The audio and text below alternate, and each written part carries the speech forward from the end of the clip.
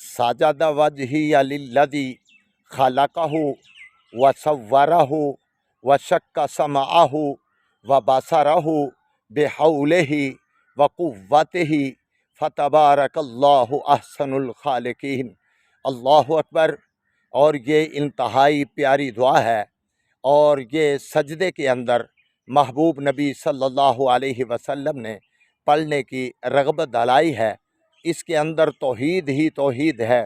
انسان کہتا ہے اللہ میں نے سجدہ کیا، میں نے اپنے سر کو جھکایا، میں نے اپنی سیس کو جھکایا، اور اس ذات کے لیے جس نے پیدا کیا، تصویر دی، اسے آنکھیں نکالیں، اسے کان نکالے، اور اس سے زبان نکالی، منہ بنایا، اور یہ تمام چیزیں فتبارک اللہ احسن الخالقین، پھر کائنات سے بہترین بنا دیا